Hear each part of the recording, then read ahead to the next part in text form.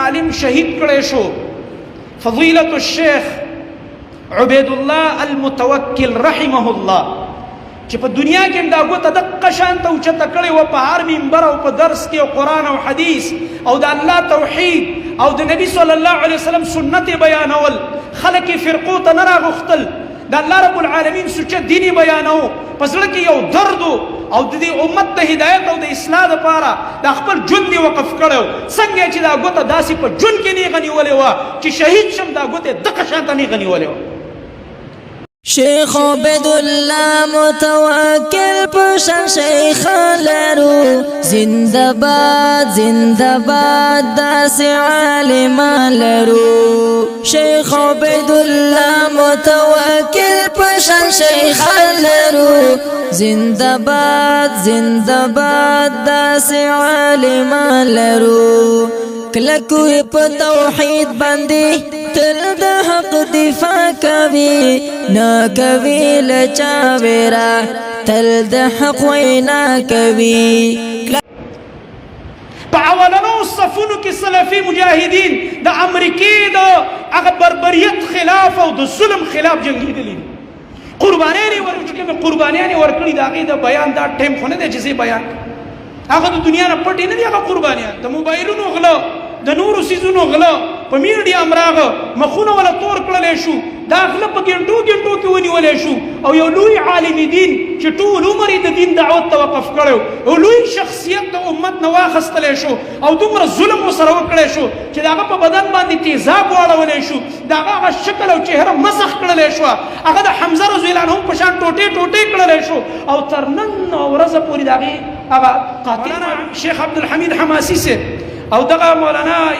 یاسین فهیم صاحب نومې دی غالبا دا علماو په باره کې بېګا موږ ته ملګرو ویلی چې راځي ډېر په ښه انداز دعوت کوي لګیا د ملګرو اصلاح کوي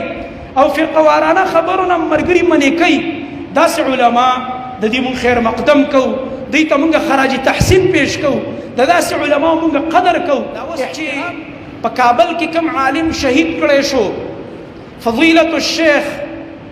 عبید الله المتوکل رحمه الله چې په دنیا کې دا ګوته دقه شانته اوچته کړې وه په هر منبر او په درس کې او قرآن او حدیث او د الله توحید او د نبي صلی الله علیه وسلم سنت بیانول خلک یې فرقو ته نه راغوښتل د الله رب العالمین سوچه دیني بیانو په زړه کې یو درد او د دې امت د هدایت او د اصلاح دپاره د خپل ژوند یې وقف کړی و څنګه چې دا ګوته داسې په ژوند کې نیغه نیولې وه چې شهید شم دا ګوته دقه شانته نیغه نیولې وه چې کوم ظالمانو هغه په بېدردۍ باندې شهید کړ انتهایی د وحشت مظاهره وکړله او یو ځل شهید کا یو عالم او د عالم وینه دومره ارزانه ده پر رب العالمین مې د قسمي دا چغې موږ دلته هم ډېرې والې دي په پاکستان کې حکومت ته بار بار د علما کله کله ټارګټ کېږي په الله مې د قسمي په هغه ځمکه امن نه راځي په کومه ځمکه چې د علمای حق وینه توی شي په کومه ځمکه چې د حق پرستو علماو حفاظت نو او د هغوی وینې تویدلې دا ځمکه هغه د ظلم نه ډکه ځمکه چې بیا په دې امن نه راځي یاد ساتي که موږ دا غواړو چې امن راشي د علماو تحفظ دا لازم دی که پاکستان کې علما دي دا ګورنمنټ به د هغې تحفظ کوي او که افغانستان کې د موجوده حکومت راغو په کار دا ده چې د دشمنانو په سازشونو په چالونو پوه شي او پوه دي د ډېر عمر یو تجربه یې ده او ډېرو مرحلو نه تېر شو په کار دا ده چې علماو ته تحفظ ورکړي که دا تحفظ ور نه کړلی شي د وسعت نظرۍ مظاهره دوی ونه کړي خپله سینه فراخه نه کړي ځکه په تنګو سینو حکومتونه نه کېږي په تنګو نظرونو په بندو دماغ حکومتونه نه کېږي حکومتونه په فراخو سینو باندې کېږي هر قسم قومونه هر قسم جبې هر قسم طبقات هر قسم قبایل هر قسم مسلکونو والا دا په یو ملک کې موجود وي ټولو ته به مساوي حقوق ورکول کېږي ټولو ته به تحفظ ورکول کېږي ځکه دا د حاکم ذمه داري ده چې خپل رعیت ته به په یو نظر په یو سترګه ګوري او د ټولو به حفاظت کوي دا ګارنټي به ورکوي د هغه د مال د هغه د نفس د هغه د عزت د تحفظ ګارنټي دا په حاکمي وقت فرض او لازم ده دیو جن سلفونه دا نقل لی چې کم مسلمان هغه یا یو انسان قتل شو په یو حکومت کې قاتل پته ونه لګېده نو قاتل حاکم وقت دی ذمہوار هغه دی. دیو جن زما محترم ورونو کله چې امریکا وتله دا سازشونه پرېښي چې بیرته دلته مونږ خو لاړو شکست مو وخوړو الله ذلیله کړو خو چې دلته دا مسلمانان په قلاره وخت تېر نه کړي چې د یو بل وینې تویې. مونږ مخکې هم د امن خبره کړې ده نن هم د امن خبره کوو بیا موږ د امن خبره کوو ځکه د مسلمانانو دپاره اول نعمت د ټولو نه لوی هغه د امن نعمت دی. د مسلمانانو په معاشره کې امن وي نو د امن قیام دا ضروري دی. او الحمدلله زمونږ سلفي علما یوازې په یو ملک کې نه دي موږ په ټوله دنیا کې خواره یو د مشرق نه مغرب د شمال نه جنوب پورې د سلفیت تحریک خور دی. زمونږ مدارس زمونږ جامعات او زمونږ مراکز او زمونږ تحریکونه او زمونږ جماعتونه خالص په منهج نبوي باندې کار کوي الحمدلله. نه تفریقې غواړو نه غوبلې غواړو نه لانجې غواړو نه بغاوتونه کوو نه فسادونه کوو. او زمونږ څومره لوی لوی علما دي هغوی همیشه د دې کارونو حوصله شکني او مخالفت کړی دی چې غوبلې او بغاوتونه مه کوو د قرآن او حدیث دعوت کوو. نو کوم علما چې موجوده دي هلته د قرآن او حدیث دعوت کوي مدارس دي د هغوی جامعات دي هغوی ته د مکمل اطمینان او د تحفظ ضمانت او ګارنټي ورکړلی شي چې په اطمینان خپل دعوت کوئ ځکه موږ ټول ورونه یو. موږ په شریکه د امریکې د استعمار او د دنیا د عالم کفر مقابله کړې ده. په اولنو صفونو کې سلفي مجاهدین د امریکې د هغه بربریت خلاف او د ظلم خلاف جنګېدلي دي قربانیان یې ورکړي دي. او ما ته هغه وخت یاد دی د شیخ عبدالسلام رحمه الله د هغه په ژوند کې دا شورا علماء اهل حدیث چې کوم زموږ شورا ده د دې اولنی امیر زموږ شیخ عبدالسلام رحمه الله. د شیخ عبدالسلام رحمه الله په کور کې اجلاس د مسجد د لاندې کومه تاخانه ده او په هغه وخت کې امریکې لا حمله نه وه کړې اعلان یې صرف کړی بوش د هغه زمانې فرعون صرف اعلان یې کړی چې موږ نن یا سبا په افغانستان حمله کوو او دا به کوو دا سکان مکان به داسې وال نیغ نیغ کېده به اوس په پته نه لګي په کوم ګوټ کې پټېږي را پټېږي. څومره د ذلت او شرم سره الله مخامخ کړ والحمدلله علی ذلک. په هغه وخت کې شیخ عبدالسلام رحمه الله یو غیرتمند عالم هغه دا ټول اهل حدیث علما مشایخ راغونډ زمونږ د طالب علمۍ د اوس هم طالب علمان یو مدرسه کې موږ سبق ویلو زم په هغه اجلاس کې وم ځکه چې هغه ټیم د تنظیم د شیخ صاحب د تنظیم نظامت ما سره نو دعوتنامې مونږ خورې کړې ټول علما پسې چې راغونډ شي. شیخ صاحب دا خبره وکړه چې امریکې خو اعلان کړی د حملې پته لا نه لګي حمله کوي یا نه کوي خو اوس نه مونږ یو فتوا جاري کوو دې ته وګوره د اهل حدیثو غیرت ته الحمدلله. اوس نه شیخ صاحب ویلي مونږ یو فتوا جاري کوو او ټول په متفقه طور دستخط یې وکړي دا فتوا مونږ جاري کوو که چېرته په افغانستان باندې امریکې حمله وکړله او د هغې اتحادي افواجو نو په مسلمانانو باندې به بیا جهاد فرض وي ځکه د مسلمانانو خطه باندې چې کله په یو ملک په یو ځمکه کافر د قابض په شکل کې راشي اول ته حمله وکړي حمله آور شي نو مسلمانانو باندې دا فرض ده چې د خپله ځمکه ازاده کړي.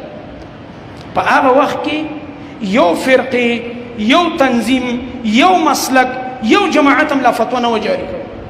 د کراچۍ علماو فتوا زموږ د علماو نه وروستو راغلې ده. نور علماو چې کومې فتوې ورکړې زموږ د مشایخو اهل حدیثو نه وروستو راغلي. اولنۍ فتوا چې شایع شوه هغه الحمدلله زموږ علماو شایع کړې ده او هغه خوره شوه بلې ټول KPK کې او بیا د ملک په مختلفو اخباراتو کې هغه راغله او بیا چې کله امریکا راغله امریکي استعمار د هغې نه بعد زموږ ملګرو چې کومې قربانیانې ورکړي د هغې د بیان دا ټایم خو نه دی چې زه بیان کړم هغه د دنیا نه پټې نه دي هغه قربانیان. الغرض مقصد مې دا دی اوس چې د دنیا دوه غټ طاقتونه او زمون په دې زندګۍ کې الله مونږ ته د هغوی ذلتونه وښوده. یو روس او یو امریکا، هغوی دا نه غواړي چې اوس دا خلک چې دا دومره لوی سپر پاورز ته دوی شکست ورکړه او دا خلک دې اوس په آرام ژوند تیر کړي، هغوی به دا غواړي چې ما په تا او تا په ما مړ کړي. دې وخت کې اوس احساس پکار دی، د دشمن د سازشونو هغه ادراک پکار دی چې موږ په دې باندې ځان پوه کړو چې موږ د دشمن د سازشونو ښکار نشو. پکار موږ تاسو له دا تاریخ وګورئ،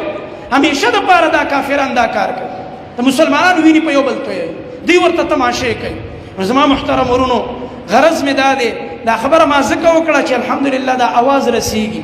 او دا زموږ ذمه داري ده. او بیا زما ذمه داري خامخا ده دلته د مرکزي جمعیت اهل حدیث د دې صوبې ذمه داري ده ما سره، او ملګري رابطې کوي چې خپل موقف هغه تاسو پیش کوي. او زموږ موقف هم دغه دی چې موږ په ټولو هغه ملکونو کې که مسلمانان ملکونه دي او که یورپ کې زموږ ملګري دي د قرآن او حدیث دعوت، زموږ کار دعوت سره دی، زموږ د علماو کار د کتاب او د قلم او د منبر او محراب سره دی. لہذا د علما دا دې نه پریشانه کیږي بلکې هغوی ته د تحفظ ضمانت ورکړلی شي. او کله چې دا موجوده حکومت راغو د هغې موقف راغلی دی چې یاره مونږ به تلاش کوو، تحقیق به کوو، قاتلان به نیسو، نو مونږ ورته دا وایو چې مونږ ستاسو له دې بیان خیر مقدم کوو، خو دا څنګه اوسه پورې دا قاتلان ونه نیولی شو؟ په کابل کې د موبایل غله په ګنټو کې ونیولی شو، د موبایلونو غله، د نورو څیزونو غله په میډیا راغه، مخونه ولا تور کړلی شو، دا غله په ګنټو کې ونیولی شو. او یو لوی عالم دین چې ټول عمر یې د دین دعوت ته وقف کړی او لوی شخصیت د امت نه واخیستلی شو او دومره ظلم ورسره وکړی شو چې د هغه په بدن باندې تیزاب واړولی شو، د هغه شکل او چهره مسخ کړلی شوه، هغه د حمزه رضی الله عنه په شان ټوټې کړلی شو او تر نن ورځه پورې د هغې هغه قاتل معلوم نه شو. لہذا زموږ یو جایز مطالبه ده چې د دې قاتلانو تفتیش او تحقیق دې وکړلی شي چې چا دا کار کړی. او دغه رنګه زما محترم ورونو، بل زمونږ منهج الحمدلله هغه واضح دی، زمونږ منهج دی قرآن او سنت. موږ دا درخواست کوو چې داسې یو نظام په دغه ملک کې قایم کوي او دلته موږ دا نارې وهو، دا نه چې افغانستان کې اسلام غواړو دلته یې نه غواړو، دا بعضې خلک هلته غواړي دلته یې نه غواړي، سپینې خبرې کوي. دلته هم په کار دا ده زموږ وزیر اعظم صاحب موجوده چې کوم پی ټي آی حکومت راغلی دی، منګ ورله د دې خیر مقدم کړی دی، منګ یې د دې اواز تایید کړی دی چې دلته موږ د مدینې ریاست قایمو. موږ وایو کله به الله هغه ورځ راولي، کله به هغه شپه راځي چې موږ به دا اعلان واورو چې هغه د مدینې نظام قایم شي. الله رب العالمین دې دوی لم توفیق ورکړي، دعا به ورته کوو. دا نظام اول موږ ځان دپاره غواړو، خو په افغانستان کې خو د دې لپاره ډېره قرباني ورکړلی شو. نو داسې نظام دې قایم کړلی شي چې پای کې تنګ نظري نه وي، هغې کې دنیا دا محسوس نه کړي چې دا یو مخصوص مسلک دی، یو مخصوص مذهب دی، څه مخصوص خلک دي، یو مخصوصه طبقه ده او هغه په ملک قابضه ده او بل چاته ګوره د دعوت اجازت نه ورکوي چې په تاسو دا داغ او دا الزام ونه لګي. دا زما د ورورولۍ او د خیرخواهۍ مشوره ده. سعودي ته وګورئ، ټوله دنیا ورځي که د هرې جمع، د هر قوم، د هر مسلک، د هر مذهب او د هر فکر سره تعلق دی، خو په حرم کې یو ځای په یو صف کې ولاړ، که څوک په زور امین وایي، که څوک یې په پټه وایي، که څوک لاس دلته ږدي او که په نامه یې ږدي او که د نامه نه لاندې او بعضو خو ارسال الیدین کړی، بلکل یې لاسونه ښکته کړي. چا خو چاته دا ونه ویل چې هلکه وځه د دې جومات نه یا وځه د دې ځای نه، ستا دلته دې ملک کې ځای نشته. نه، دغه رنګ زموږ پاکستان کې هم دا ماحول دی الحمدلله. دلته ټولو مذهبي مسلکونو جماعتونو ته ازادي ده، خپل دعوت کوي او په یو مثبت انداز باندې کوي، په ښه طریقه باندې چې کله داسې ماحول وي چې هر مسلک او هر فکر او هر یو چاته تحفظ ملاوي، نو په ملک کې اله امن راځي، اله حکومتونه چلېږي. او چې کله دا نه وه نو محروم طبقات او هغه طبقات چې هغوی سره زیاتې کېږي او هغه طبقات چې هغه دا محسوس کوي چې موږ ته په ښه سترګه نه کتل کېږي، دا خلک بیا خامخا یو فطري امر دی، بیا منفي کارونو طرف ته هغوی متوجه کېږي، نور خلک یې په لاسو کې اخلي او استعمالوي غلطه طریقه باندې. لہذا زمونږ دا مطالبه ده. او بعضې علماو بیانونه ډېر ښه خرابه. دلته یو دوه علما بېګا ما ته ملګرو یاد کړه. یو مولانا یاسین فهیم صاحب نومې دی که افغانستان کې یاسین فهیم صاحب نومې دی، مولانا یاسین فهیم صاحب، او بل عبدالحمید حماسی صاحب، مولانا شیخ عبدالحمید حماسی صاحب، او دغه مولانا یاسین فهیم صاحب نومې دی غالبا. دا علماو په باره کې بېګا موږ ته ملګرو ویل چې دوی ډېر په ښه انداز دعوت کوي، لګیا د ملګرو اصلاح کوي او فرقه وارانه خبرونه ملګري منې کوي. داسې علما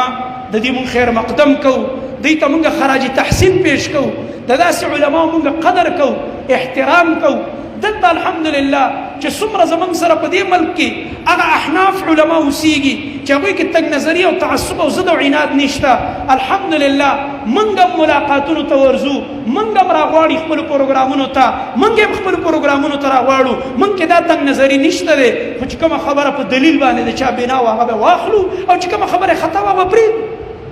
زموږ خو دا منهج دی چې کومه خبره د چا د قرآن او سنت مطابق ده، چې هغه هر چا کړی او د هر مسلک سره تعلق دی، خو چې خبره د قرآن او سنت مطابق ده، موږ الحمدلله د دغه خبرې قدر کوو، د دغه عالم قدر کوو، دغه خبره یې ولا درنه ګڼو، دا موږ قبلوو الحمدلله، ځکه خبره د دلیل په بنیاد ده. او چې کله یوه خبره د قرآن او حدیث خلاف وه، اگر که زموږ خپل عالم ولې نه یې کړي، زموږ یو استاذ ولې نه یې کړي، خو چې موږ ته پته ولګېده چې خبره کمزورې ده، نو موږ سره د احترام نه دا خبره رد کوو. الحمدلله زموږ دا طریقه ده.